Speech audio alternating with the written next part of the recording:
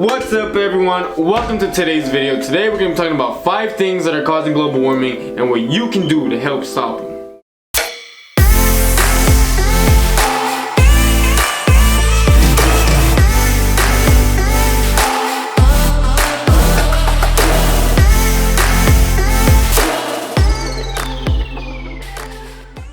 Alright, so the first cause I have here on my list is transportation. Oh, let me throw on a sweater, y'all.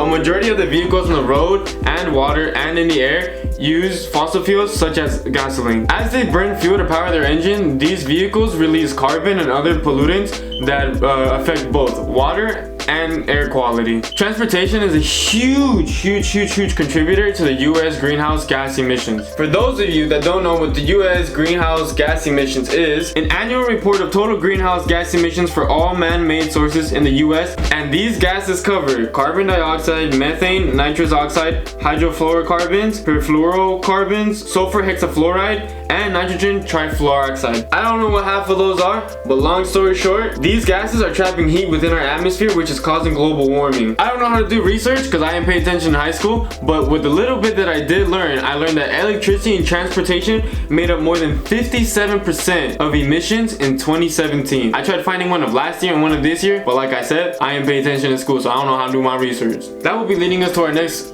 topic. Electricity. Gas is made of fossil fuel, which is how most people get their electricity. In the US, electricity is tied as the biggest greenhouse gas contributor at a whopping 28%. 28%! That's a lot. Transportation is at 29.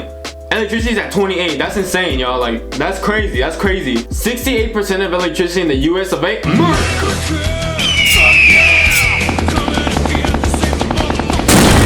comes from fossil fuels, natural gas, and mostly coal. On average, an American home has at least 50 devices that pull energy when they're supposed to be off. I don't know how to transition into this next one, but this next topic is overfishing. Everyone's always talking about how we need to save the turtles, not to be using plastic straws, how to swap them out for metal ones or paper ones, not to be using plastic market bags, or not to be throwing away wrappers, which is also very important, but that's not the only problem that we have in the ocean. Hundreds of millions of jobs revolve around the center of fishing, and about 3 billion people depend on fish to be their main source of protein. Can you believe that? 3 billion people. Overfishing is ruining the health and biodiversity of the entire ocean. That's 7 oceans, not just 1, 7. The entire ocean. Y'all know how serious this is? Fishing isn't the only thing we're getting too much of, which is leading us into our next topic, consumerism. The Industrial Revolution was the green light for global warming. The post-emissions of the Industrial Revolution go absolutely stupid, like, as in, they went all out, you get me? Like, they went for it. They were like, let's just hit full send and let's fucking get the emissions all the way up there. Because more people were born, more money was spent, and there was also a higher supply of demand. It's a cycle. The workers needed money, so they worked. Then the items made are sold, which then gave the factory money to buy raw materials for the employers to turn into goods. But you know what's the best part of all this? Pollution! Although pollution began at this time, I'm tired of talking about factories since I work at one. I'm gonna be talking about everyday polluting that you and I, the people, are doing. People are polluting our streets, our lakes, our national parks, our oceans, you name it. As we speak or as you watch this video. For example, people think like, oh, you know, you're eating a bag of chips or you're eating a Snickers, you know, and then you're in the car and you're like, I'm already done with this, you know, might as well just throw it out the window. And then what happens then? The wind can pick it up, the rain, or even the water from the sprinklers can wash it down into the drain, which ends up somewhere else instead of being thrown away or even recycled. And that just makes the community look dirty. Why would you want to live in a dirty community? Then people from like other cities come in like, oh, this is too dirty, like, I don't like it over here, it's dirty, it's trashy. Like, why would you want to do that? Like, respect where you live, like, respect your neighborhood and respect those around you, because no one wants to be living around in a trashed-ass community. And speaking of living in a trashed-ass community, I'm tired of seeing people traveling places. Like, for example, last spring break, when people went to Miami Beach and they were throwing parties and stuff like that, and like, that's perfectly fine, you know, but just be responsible and clean up after yourself. Videos and pictures of how everyone was leaving the beach afterwards, like, that's just sad. Like, it's already enough of people leaving a mess back at home, and I imagine going to other people's homes and like different communities and just trashing theirs. Like, that just ain't right. Alright, I'm tired of talking about the causes. Now let me talk to you about how you could fix them. For transportation, ain't nobody like to drive by themselves. Like, I know sometimes, like when it's late at night, you know, you need like some a little alone time, you know, you need to just cry it out in the car, you know, that's fine. That's perfectly fine. But when you're gonna go out with your friends or you guys are gonna meet up somewhere, offer to pick them up. It's gonna be, even I know the gas is $5 and everyone be complaining that gas is too expensive. Well, then just tell your friends to at least pitch in $2-3 if it bugs you that much. You guys can go over to someone's house and just eat local. You guys don't have to be driving super far. And when you eat somewhere local, that means you could walk with your friends, which means you won't be releasing any kind of fossil fuel emissions. Plus, the walk there is always gonna be a good time, because whether you're walking with your friends, your family, or your dog, like when was the last time you went and you went on a walk and you just looked at the sky like at 5 o'clock when the sun is going down and you actually enjoyed the sunset and you took like that little breeze in, the smell of fresh air, like not inside of a car or inside your house? Like when was the last time you actually did? When was the last time you walked down the street with your family and you just talked or you just listened to the sound of everything going on around you? Like, guarantee you it's been a long time since you did something like that. And now moving on to electricity. So if you guys haven't already, make sure you swap out those really round, old, yellow, nasty, dusty ass, rusty ass bulbs into these new swirly soft serve looking LED light bulbs. Last longer, they're brighter, and they use up less energy. Guys, no matter where you are or where you're going, when you leave a room, make sure you turn off the lights and make sure you guys disconnect the TVs, you guys disconnect the chargers, the little aroma things, anything that you know is constantly on and is constantly pulling energy even though it says that they're off.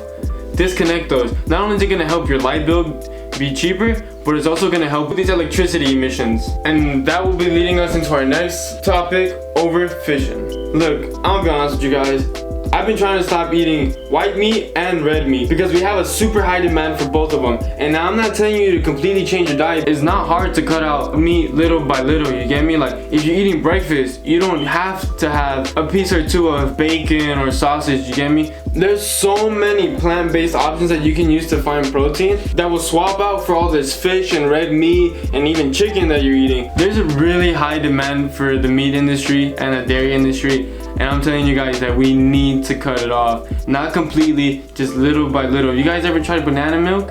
Neither have I, but I really want to, because almond milk, even though almond milk is good, but I feel like almond milk makes my mouth dry. But I really want to try banana milk. If you guys know where I can buy almond milk, banana milk, please let me know. But yeah, to sum this section up, the less you eat, the better. And if one day you're able to stop eating red and white meat completely, that's great. But I know how hard it is to stop eating it. So try and cut it little by little by little by little until the point where you don't really need it anymore. But it's nothing you ain't already know, so on to our next subject. Consumerism. Guys, this is so easy. It's really not hard. All you need to do is just buy biodegradable items or even recycled items. Like, it's not that hard. You guys can buy biodegradable incense or like scent sticks so that you guys don't have to be using the electronic ones that connect to the wall. You can just buy the reusable market bags like that. You don't have to be paying 10 cents every time for a bag, and there's not a higher demand for plastic bags. Like, come on guys. I can't stress this enough. I really can't stress this. Stop buying water bottles. It's not that hard. You guys can just buy a hydro flask. I get it, like, I don't want to do that, I don't want to wash it, like, it's not that big of a deal. It's actually a lot cheaper to get a monthly subscription with like Arrowhead or something like that and just buy a hydro flask. And it's actually a lot safer too, because when you leave your when it's a hot ass day outside, you leave your water bottle inside your car and that car gets hot as shit on the inside, the plastic water bottle releases these chemicals into the water, which makes it unsafe to drink. Like, come on, then it tastes like shit too. But if you have a glass or metal hydro flask, you could leave it there in the cup holder. You can leave it there for 3-4 hours and you come back and the water's still ice cold. Like, what more could you want from that? And it's perfectly safe to drink because no chemicals are being infused with it because the heat's melting it. Guys, and you do not understand how important it is for you guys to recycle. If you guys don't recycle, we won't have the material needed to make new goods. It's super important for you guys to recycle. With that being said, we're on to our last topic, which is pollution. And guys, like I said, pollution is easy.